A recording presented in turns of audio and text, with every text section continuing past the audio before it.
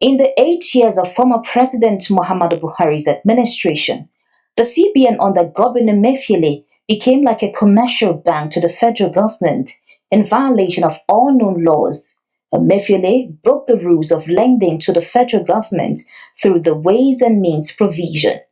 Each time the Buhari administration made the request, the CBN was all too excited to oblige. Each time the request was presented to the Ahmed Lawan-led Senate, it was gleefully approved. The complicity stretched among the CBN, the executive led by Buhari, and the Senate, which granted the approvals. The consequences of the immense monetary policy mismanagement are now hitting hard on Nigeria as inflation hits the roof. The Tinubu administration, which has been facing serious bashing for the bad state of the economy, could no longer hold it, as Finance Minister Wale Edun finally admitted 2 weeks ago, while the country is in an economic mess. We talked about inflation. But where has it come from? It's come from 8 years of just printing money. And the issue is that that money was not matched by productivity. That money supply must be sucked back out to balance the economy. So let's rewind the clock to how we got here. Section 38 of the CBN Act allows the government to borrow from the CBN for short-term financing deficit, but there is a provision that the total amount of borrowing shall not exceed 5% of the previous year's actual revenue. Not only that, the federal government is expected to pay back its lending at the end of the financial year, and if unpaid, the CBN shall not grant further advances in subsequent years. Emefiele knew this, the Buhari presidency knew this, and the senators knew this, but it didn't stop the key actors from carrying on business as usual, despite the warnings. One of such warnings came from the Edo State Governor, Godwin Emefiele. By the central bank, unfortunately, will not support growth. But Obaseki's alarm was dismissed as just a baseless alarm. Thank you, Mr. President. In the Senate, Senator Obasani, now governor of Kaduna State, who served as chairman of the Senate Committee on Banking, Insurance and Other Financial Institutions, was the center of the examining each request sent to the Senate for approval. As we are speaking, is the money borrowed to people by central bank.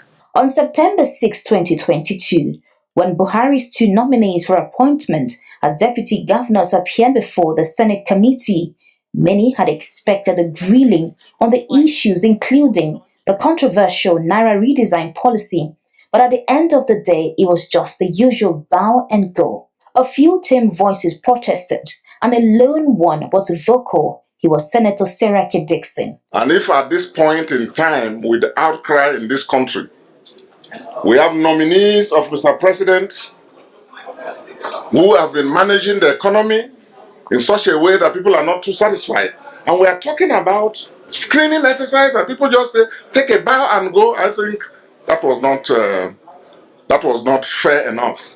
To understand how deep the Emefiele and the Buhari administration and their enablers got in the Ways and Means disbursement, as of 2015, the total borrowing from the CBN by the federal government stood at 789.67 billion naira.